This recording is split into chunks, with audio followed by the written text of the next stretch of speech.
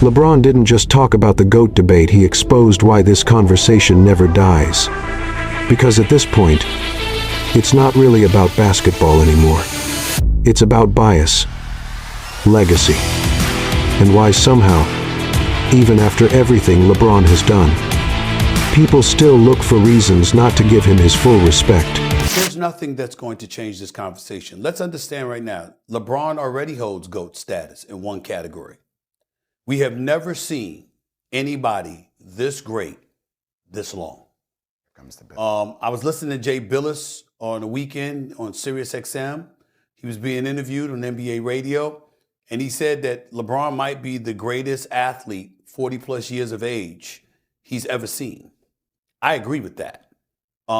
He's in his 23rd season. Somebody this great this long, you got to look at Djokovic, you got to look at Serena Williams, you got to look at other people in different sports. There's nobody that's been this great this long.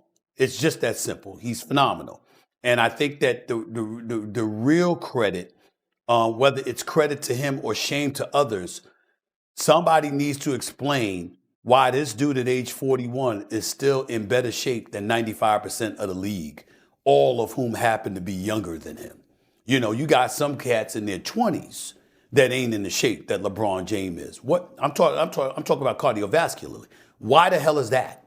What is that about? Right? I mean, again, you credit him and his commitment to excellence and greatness, but in other people, you're looking around like, well, why can't you be at least in good shape, in great shape? How come that can't be the case? Okay, when you start talking about some of the great conditioned athletes in the NBA, LeBron is tier one level. Him, Steph Curry, Russell Westbrook, a few others. Why the hell is he in the kind of shape that's better than more than 95% of the league at age 41 in his 23rd season? But we'll take this moment to give him credit. So in that regard, fine. But I have two eyes. I know what I saw watching Michael Jordan. I know what I've seen watching LeBron James. And I'm telling you, there's a GOAT. And anybody that knows basketball that watched it, you said the way that I watched it, the way that countless others have watched it. We know what the hell we saw from MJ. We know what the hell we saw from the competition going up against MJ. You know, LeBron will sit up there and beat you. Jordan snatched your heart. I mean, he made you not want to show up. You understand? It was just it's different levels to this. You understand? That Hall of Fame is special rooms. And LeBron is right there in that room with all the all-time greats like Jordan and Isaiah and Kareem and others. But I'm sorry. You know, I mean, I know what I saw. And so for me, we could go statistically and stuff like that. I'd win that argument too. But the point is, looking at it and seeing what I saw, there's nothing, I'm not, listen, other people can feel their way. I'm not here to try to convince anybody anything. I'm telling the world, you'll never convince me that LeBron is the GOAT over Michael Jordan. I know what the hell I saw, okay? And I've been watching both. I'm not moving. Anybody else can do what the hell they want. I ain't gonna change their life, but they damn sure ain't gonna change mine. That's the way it is. LeBron James, he dropped his take on the GOAT debate going on right now. He said, I think it's a very tiring conversation. It's barbershop talk. You can look at both of us and say that you love both of us without trying to shit on the other person. And usually it's shitting on me. But I hope I made him proud at least wearing that number 23. Fellas, how do we feel about these comments from LeBron? And then, do you think this is a fair way of viewing the GOAT debate?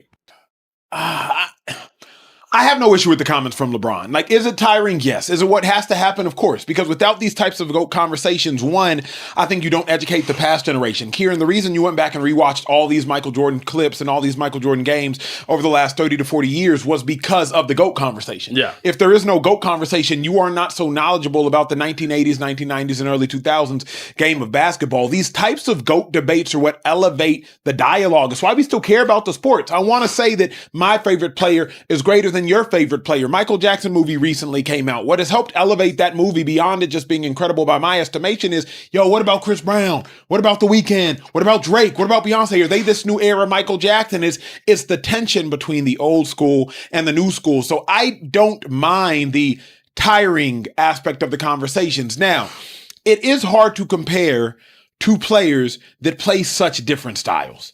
It's hard to compare two players that play in such different eras. It's hard to compare two players that quite literally didn't even play the same position. It's just hard to make a comparison.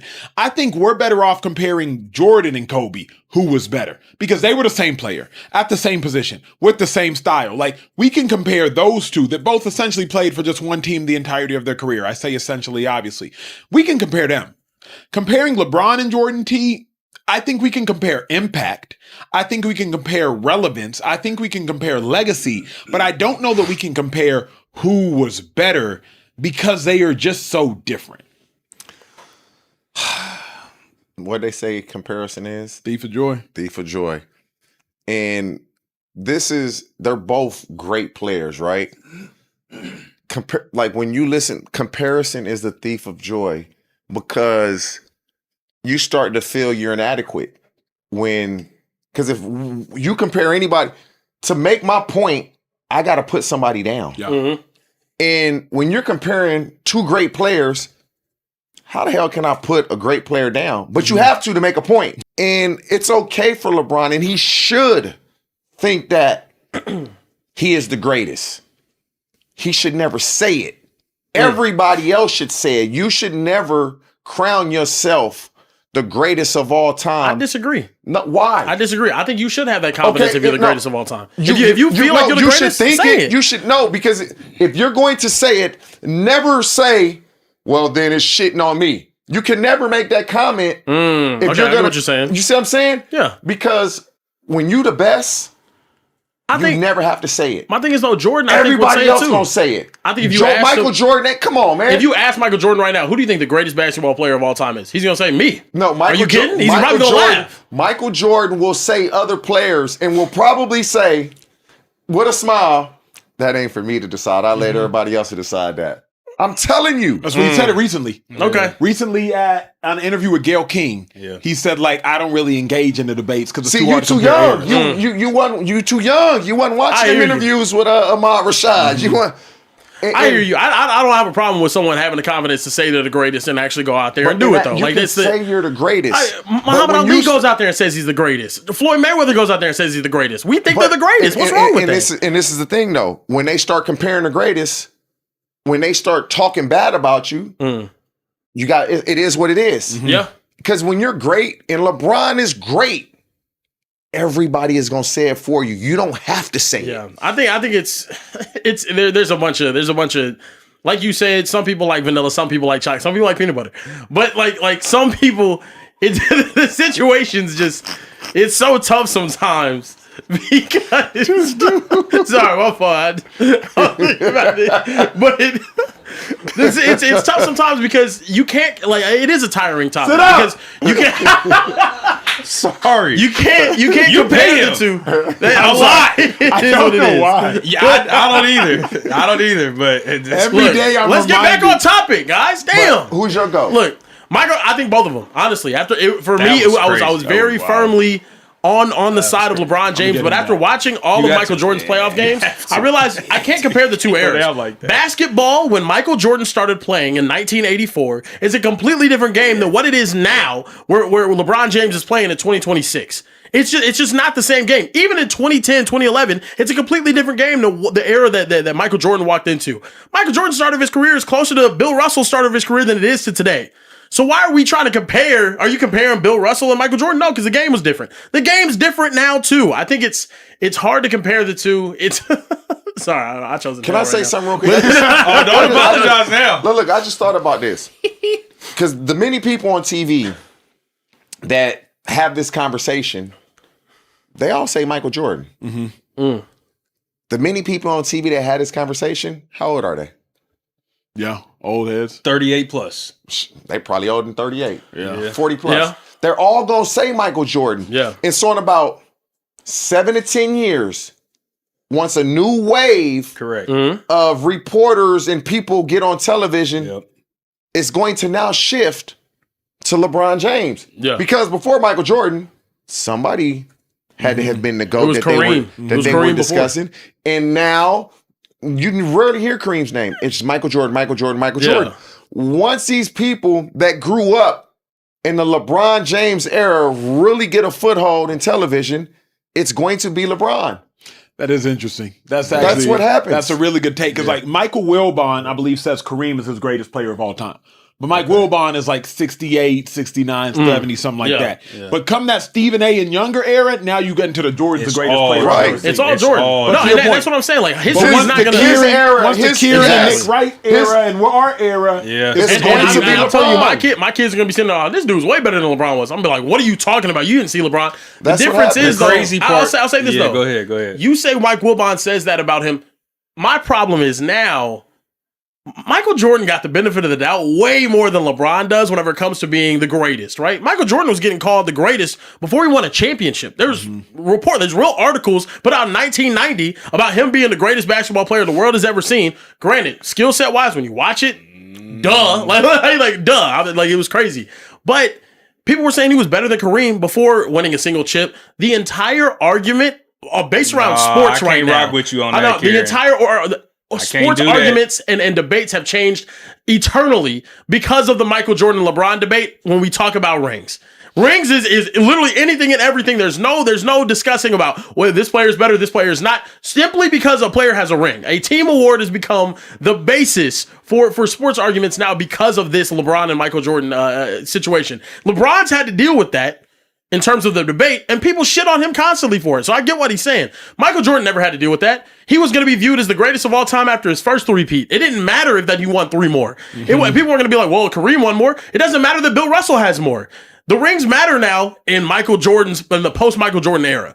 And if you have 7, you can be in the conversation for being the greatest. But if you don't have that, then nah, you didn't do it. Well, 7's not just enough. You gotta also no blemishes.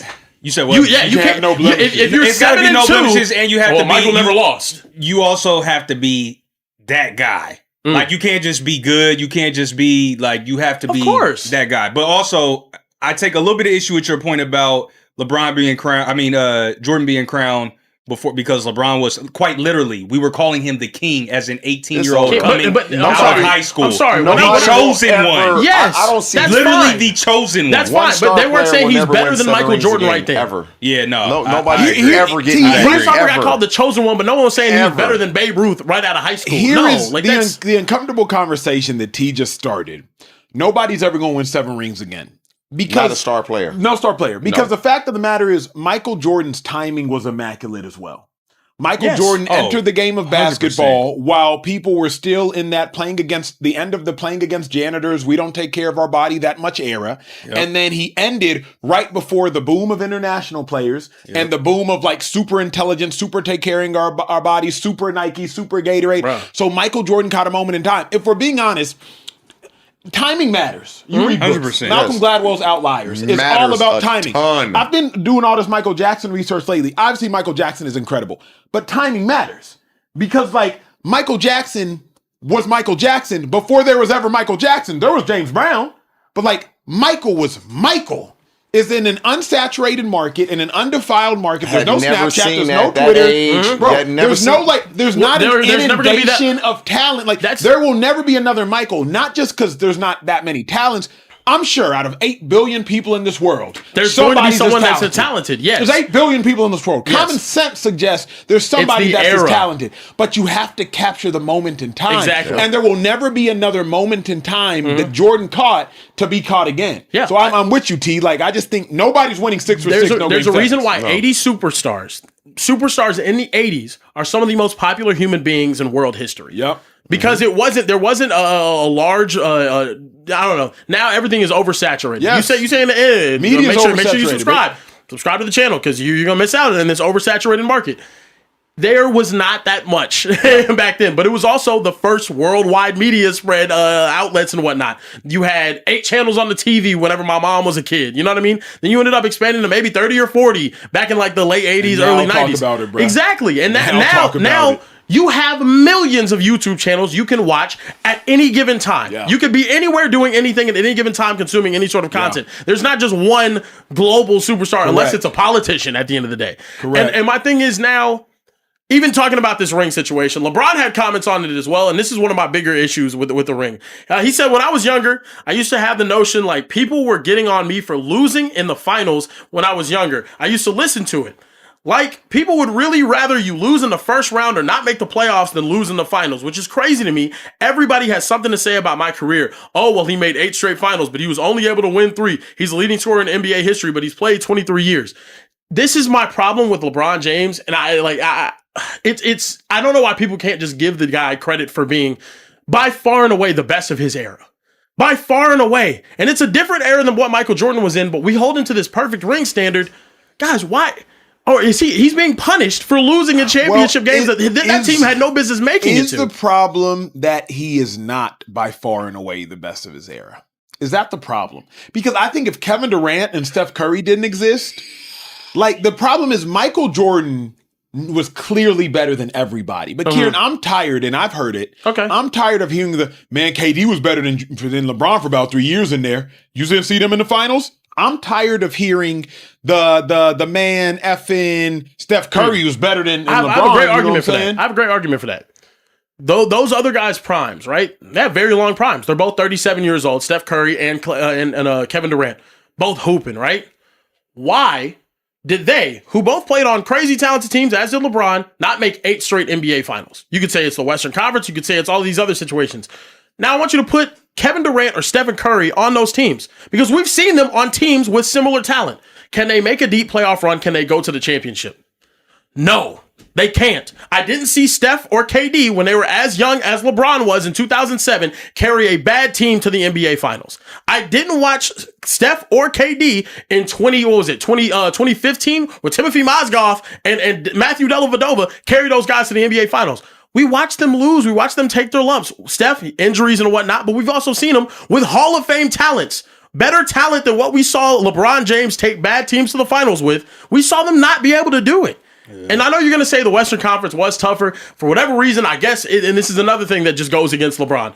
You're damned if you do, you're damned if you don't. You made it to the finals, but you lost. So no one cares. You're a loser in the finals. You don't show up. Forget the fact he averaged a 30-point triple-double. Doesn't matter. Yep. It's so aggravating to watch other guys do it consistently. They go to the finals. That's how you argue for your GOAT. That's what you do. Yeah. What are your thoughts on LeBron's comments on the MJ comparisons and the GOAT debate? Very candid. Shout out Dave McMenamin.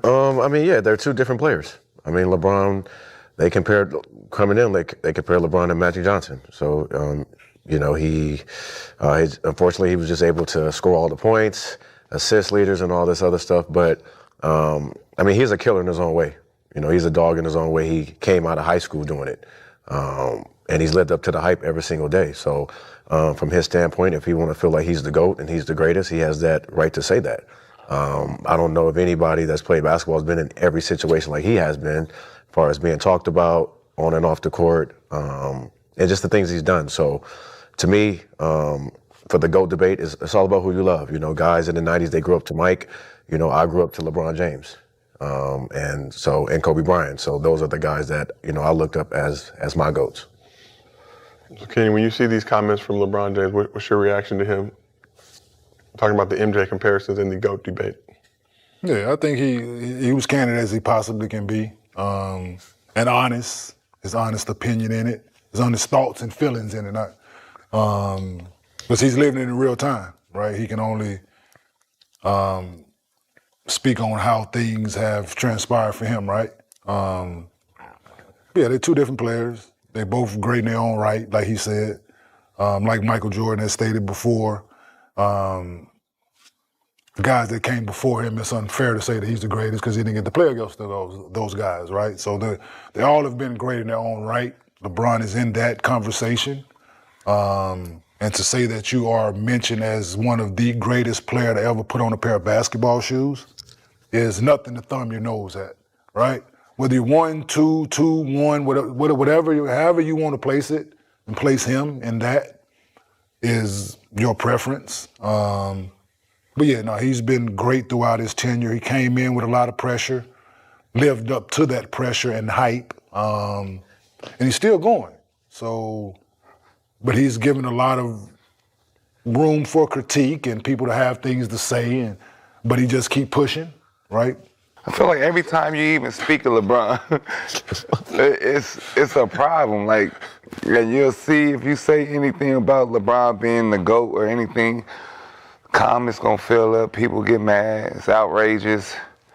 I feel like Jordan never had to deal with this type of media in the first Media place. very pro-Jordan back in those days. Man, couldn't do no wrong. And now we're in a place where everybody has a voice. It's not just 2 channels on, cable, it's ESPN and stuff. Everybody has their voice, and I feel like the tune gonna change once the generation become and take their spot. It's gonna hear a lot of LeBrons. This young generation love LeBron. It's who you grew up watching, right? Who you grew up watching play the game. Like, I'm older than y'all, so I grew up watching Mike and the Pistons and them play. Like, I grew up, that's my era. Like, my favorite team is the Pistons. Isaiah Thomas, could do no wrong in my eyes. Like, that team can do no wrong. So that's my era, right? Every era has their greats and their teams and people who you're gonna idolize. And I'm glad Bron said it, right? And that's been my, I try to debunk when having the conversation with people about the greatest basketball player of all time. I was on vacation with my family in Florida, right? We out in crab spot eating, and the dude sitting with his old lady. Before the kids went to the bathroom to wash their hands, he wanted to have a conversation about who's the great. I see the show, but I watch the show all the time, big fan, da-da-da-da-da. He was like, so who you got the greatest basketball player? I said Michael Jordan. He like, well, I'm a LeBron guy. And then he wanted to go into what makes Bron better than Mike. Yeah. And I stopped him. I'm like, what? But can't LeBron be great in his own right? Without you saying anything negative about Michael Jordan. Is LeBron great? He said, yeah. I said, is the same thing true about Michael, vice versa? He was like, yeah. I said, but you don't have to shit on the other guy. But you don't have to. Because they did it first. Like ESPN, I seen Stephen A. said, you know how I feel about MJ in my heart and how much I love him. I seen him. 8 straight finals. I agree. It's tough to do. 8 straight finals is crazy. 8 straight finals is crazy. With no break? Yes. It's crazy. It is absolutely insane to think about it. That's why I say it was the hardest. Because we played in it, right? Because we know how hard it is to get to the playoffs, right? It's hard to get to the playoffs.